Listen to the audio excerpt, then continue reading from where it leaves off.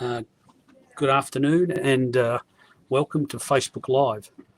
Firstly, thank you for joining and welcome to all our participants. Well, certainly great spring racing's back.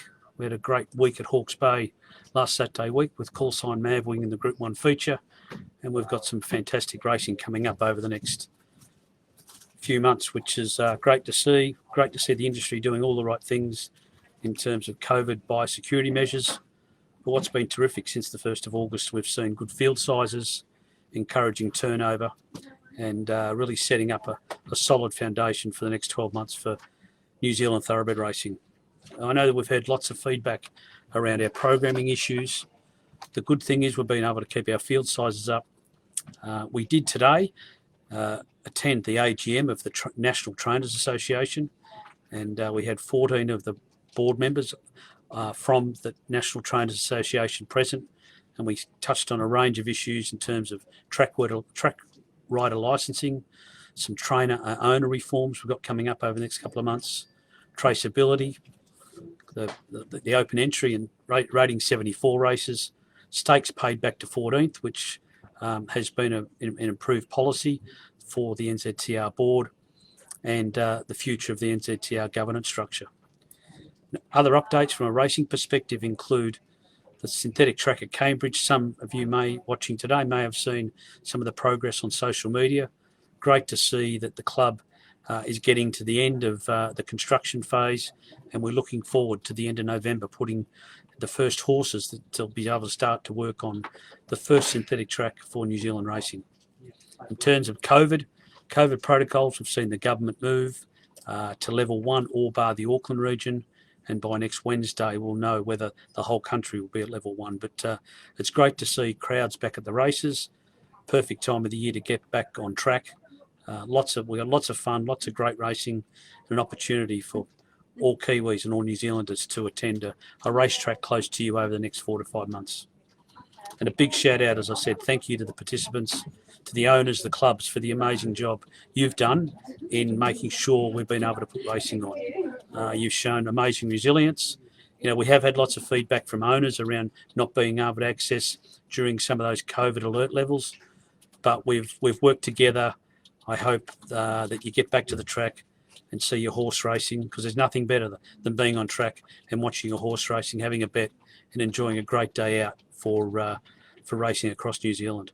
Some other general updates: we get the opportunity on the 11th of October at 7 o'clock, which will see the Horse of the Year awards. This year, it will be done remotely in a virtual setting.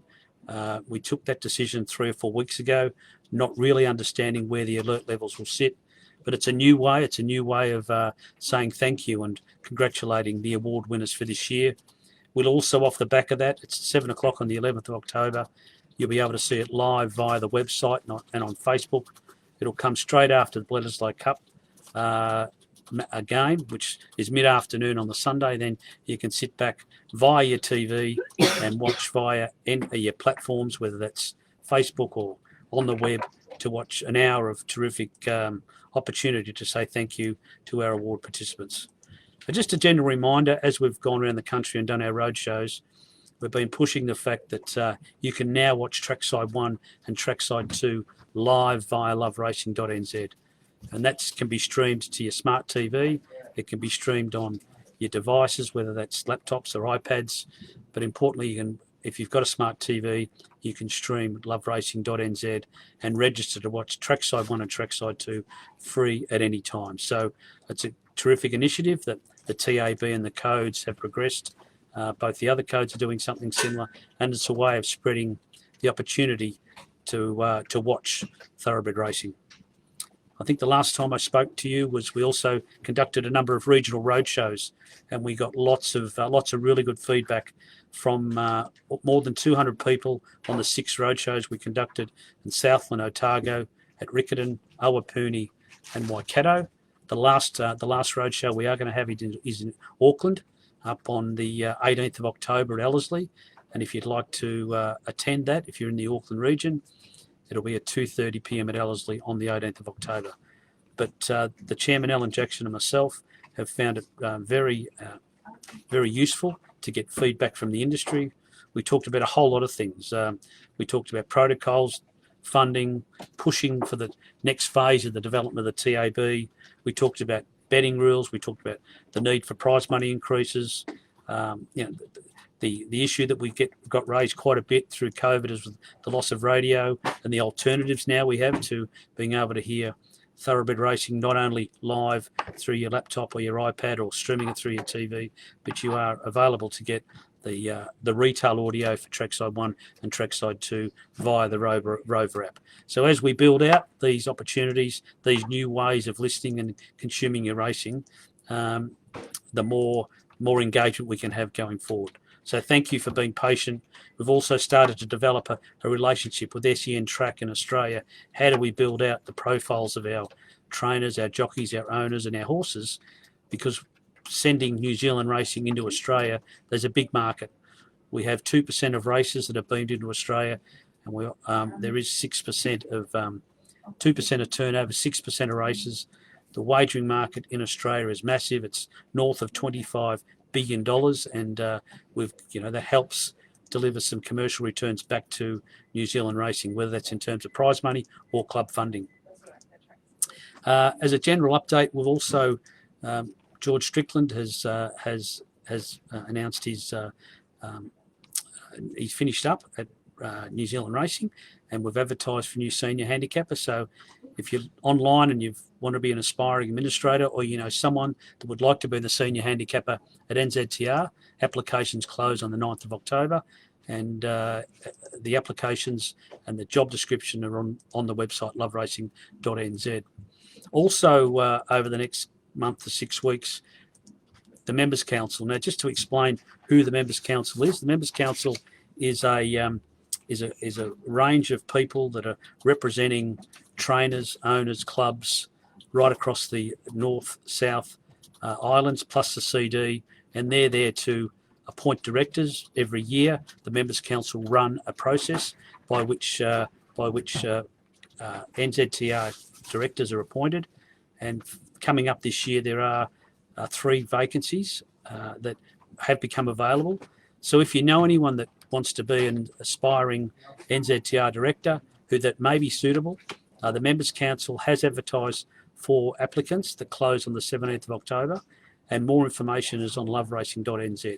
Really important that we continue to look for people who love their racing, have a business background. The criteria is outlined on the website, but if you know of anyone that'd like to would like to put their hand up and go into a process that the Members Council run, that's really important. Paul Humphreys from the race group is the chairman.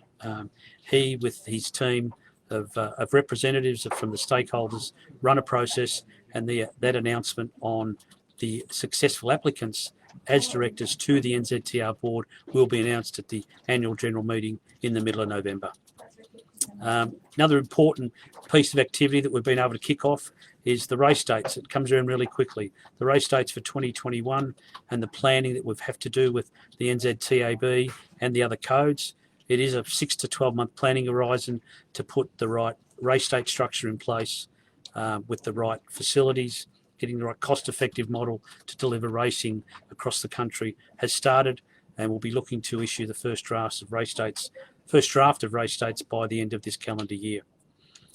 We've really only had, I know we talked about this session being on today, we've had one query from Simon Boone, and Simon's asked a really good question. He says, do we envisage competition for the wagering dollar on New Zealand racing when other operators being granted licences here in the near future? Well, there's only one licence, but there are other wagering operators that are internationally based that can procure New Zealand customers. And yes, for any New Zealand customer betting on New Zealand racing with other than the TAB, we can have a commercial arrangement in place via Racefields fees. So that's in place for Sportsbet, that's in place for Betfair, that's in place for Neds and Ladbrokes, and we're still advancing other discussions with other international wagering operators that do have customers based in New Zealand betting on New Zealand racing. TAB, the New Zealand TAB, is our primary funder of racing in this country, but we do understand there is competition, and those operators do need to pay their way. Any operator that doesn't pay their way in New Zealand by using the New Zealand product, is a parasite on the industry and isn't contributing back to this industry. So it's really important that whether you're based in Australia, an operator based in Australia, we've got a good relationship with Sportsbet, good relationship with Ladbrokes, good relationship with Neds and Betfair, all paying commercial fees to the New Zealand industry, 3 codes, and they're partnerships that are, they're effectively customers of the 3 codes of New Zealand. So it's really important we build out those relationships because they have customers that are based in Australia and other parts of the world to build out important returns for the industry. Simon's also asked, when you see almost states of Australia have minimum winning bet limits, do NZTR have any intention to follow suit? Well, Simon, let me take that question on notice. Your questions come through, and I haven't been able to reach out to the TAB. They set the limits. NZTR doesn't set the limits, but certainly once I get that information, I'll reply directly to you. But importantly, your second question around wagering operators, this is a new world that we're all living in. We are in a competitive landscape, particularly for below the line wagering operators who are betting through digital platforms. There is competition. The TAB here is in competition with those other operators I talked about before, and we're looking to extract commercial value from all those entities. Question from Raywin. Rating 74 races aren't allowing lower grade of horses to get a start. Raywin had a rating 68 horse that was last raced on the 9th of August, but keeps being balloted out. So, Raywin, it's a good question. We had a number of the trainers this morning on our call from the National Trainers Association for their AGM raise that issue. Tim Aldridge, our GM of Racing, and the Trainers Association will look at these issues as they come to hand. We have evolved a number of different policies off the back of COVID.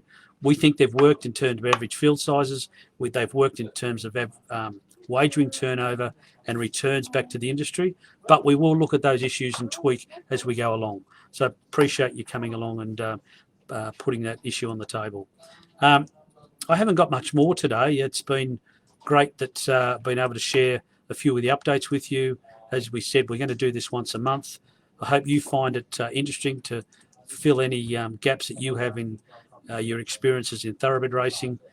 Please make sure you look at loveracing.nz, provides daily information in terms of our racing program, and really keen to hear any other feedback and take that on a monthly basis. But good luck, thank you, enjoy spring racing, and we'll see you on the track soon.